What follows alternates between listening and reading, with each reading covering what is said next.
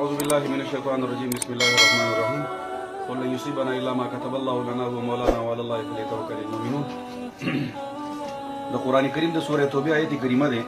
الله تعالی په دې آیت کریمه کې صحابو ته تسلی ورکړي او صحابو ته دا فرمایي چې تاسو د خلکو ته پیغمبر علیه السلام وایي چې الله تعالی چې زما په باره کې لیکلي الله تعالی به هغه شی ما ته رارسوي.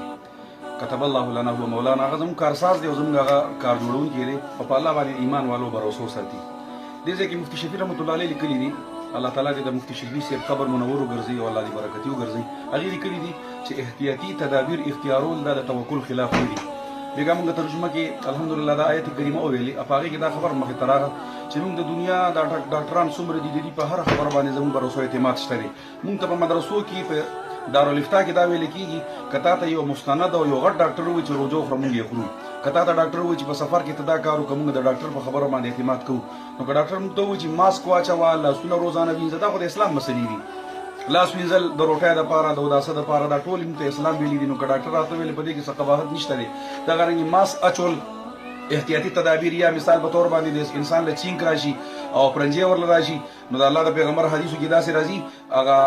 په څه طریقې سره د پرنجې ریسارول شي ریسارې کا نو کاغه په کپړې باندې وي که په څه باندې ریسارې کا بېشکه به شوي ریسا خو مطلب د خبرې مې دا دی که چېرته مونږ ته ډاکټران یو داسې خبره کوي چې هغې د اسلام سره د هغې څه تصادم نشته دی په اسلام سره څه تقابل نشته دی نو داسې خبره منودو کې مونږ دپاره څه ګناه ده او څه قباحت دی او بیا ماشاءالله زموږ الحمدلله ډاکټران مسلمانان هم دي او ماشاءالله هغې کې الله اسلام هم اچولی دی مسلمانان دي نو که د داسې خلکو خبرې ومنودی شي او د هغې خبره باندې عمل وکړي شي نو انشاءالله د قرآن او د حدیث سره به د هغې څه ټکر نه وي. لاس وینځل شو لاس نه میلاول شو کوشش کول پکار دي چې سړی خپل لاسونه صابون سره وینځي را وینځي یا د مثال په طور باندې دغه رنګې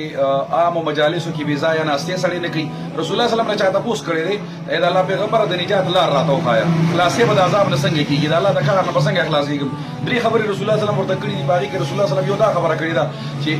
ولیسعک بیتک په کور کې ناستې کوه نو په کور کې ناستې د خپلو بچو سره په خپل کور کې ناستې دا زموږ د ستاسو لپاره بهتره ده. الله